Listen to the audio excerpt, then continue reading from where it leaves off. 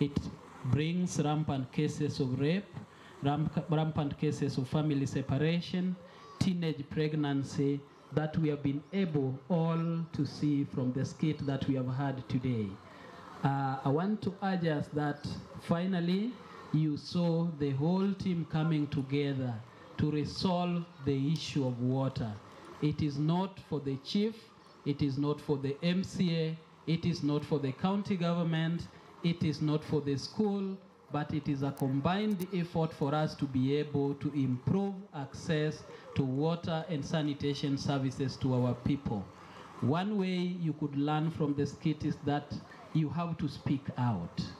Let us not keep quiet on areas where there are very acute need of water.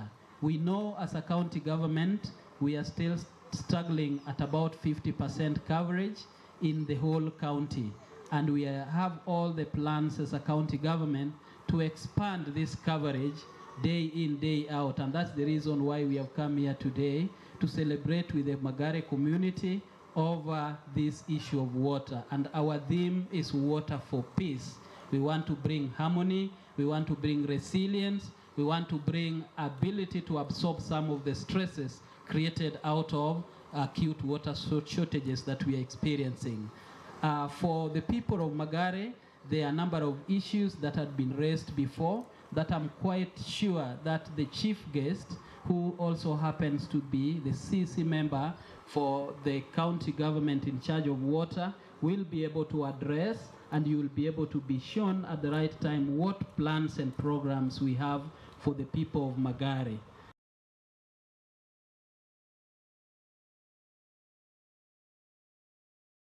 So today I won't talk much about the other products. I will talk about safe water, which aligns with today's World Water Day. So we are providing safe water through renewable energy. We provide our water through an ATM system where clients are able to access this water just by tapping a water token, making water affordable and accessible 24/7. For water to be accessible and affordable, we realize we need to have stations extended to other places. So you'll find like we have at least 3 water points in one place. So this is very key to us, especially when we say we want to ensure that there is accessibility of water in regards to promoting sustainable peace. So we stand with Homabay County. We sustain community through energy, green energy, and also we do plant trees. We grow trees along Homabay County. We started with primary schools, knowing that primary schools we have the children and who really love trees. You see why we are now starting with the young ones. This organization, we are One Child, One Tree. One Child, One Tree deals with the children because they are the future.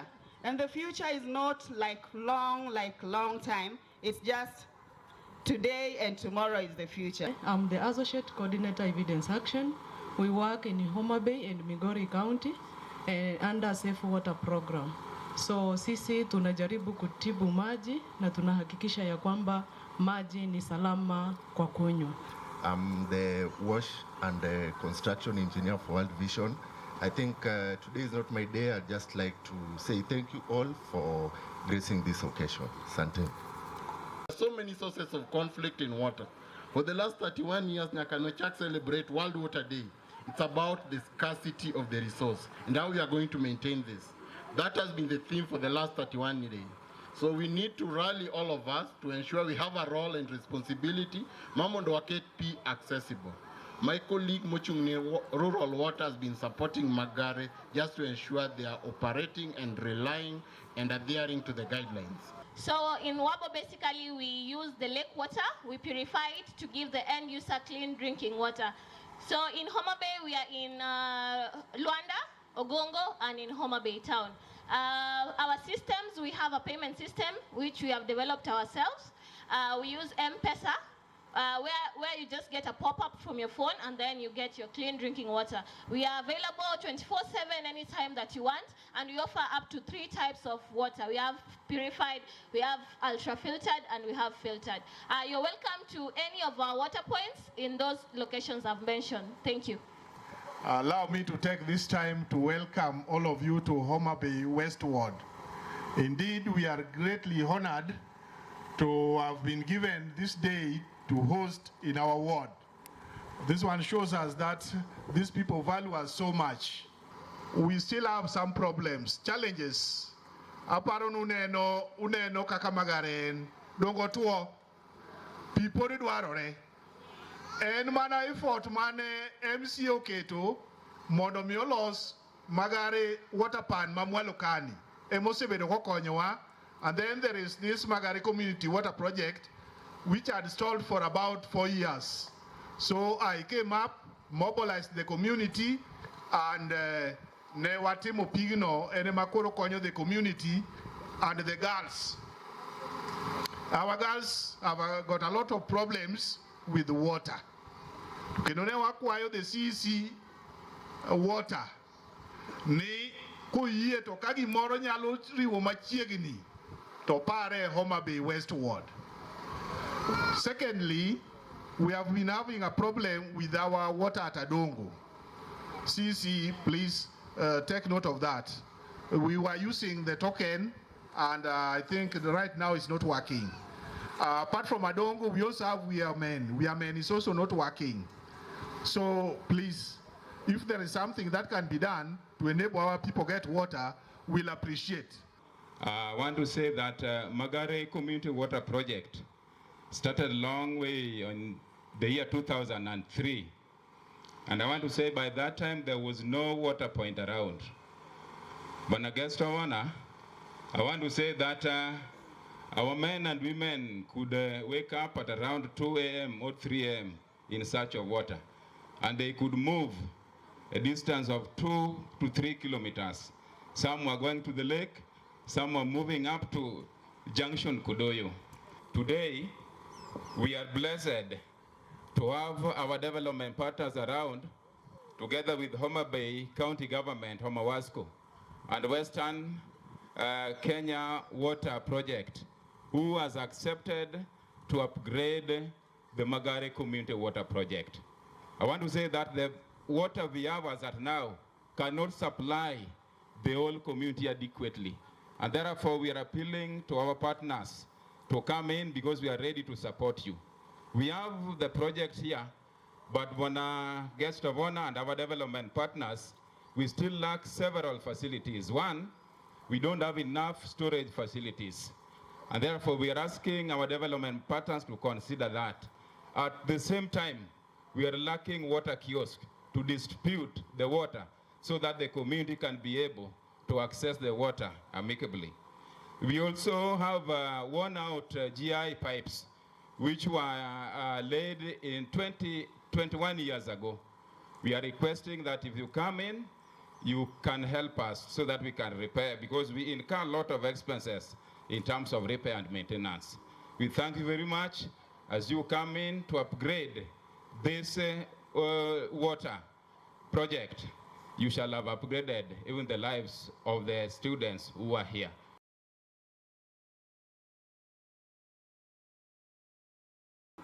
World Day is an annual United Nations observance held on 22nd March every year, focusing on the importance of fresh water.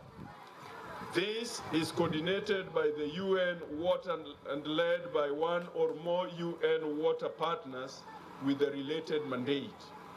This year's theme is Water for Peace. The same is observed globally today. Access to water is a human right, yet 2.2 billion people live without safely managed drinking water services globally. This has devastating impact for lives and wider society that has caused incessant conflicts among communities with adverse water scarcity. On a day like this, we do emphasize on a well-managed water cycle that underpins progress across the 2030 agenda for sustainable development, particularly in relation to hunger, gender, equity, health, education, livelihoods, sustainability, and ecosystem. The SDG 6 compels nations to provide safe, clean, and adequate water for her citizens.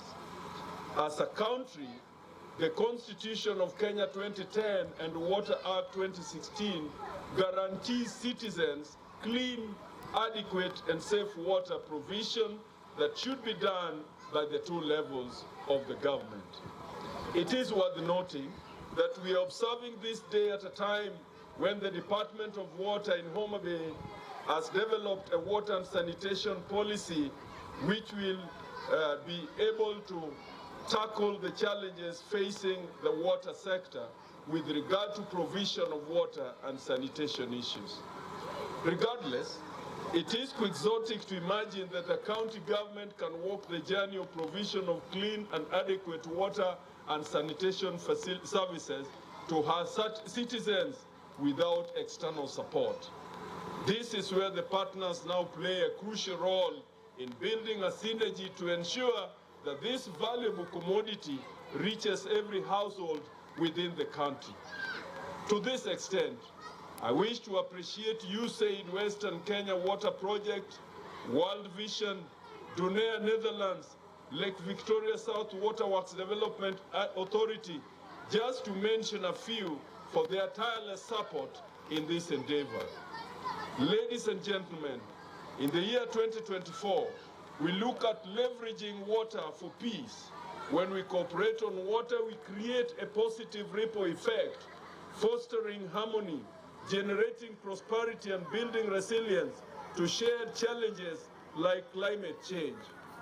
We should collectively act upon the realization that water is not only a resource to be used and competed over, but a human right intrinsic to every aspect of life. During this World Water Day, we all need to unite around water for peace, laying the foundation of a more stable and prosperous tomorrow. The county government of Homabay has ensured that peace prevails upon by providing water.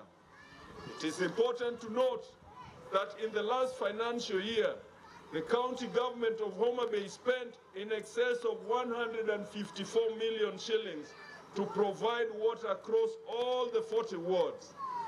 In a few days' time, through the support of FLOCA funds, the Department of Climate Change will be rolling out massive provision of water in various wards and growing trees in every sub-county to assist in protecting our water towers. A colossal sum of money in excess of 140 million will go towards provision of water. It is in this regard that Homabay County boasts of being part of the global community while campaigning for water for peace. We need everyone from individuals and families to companies and governments to do what they can do to cooperate on water and pave way for a more harmonious society.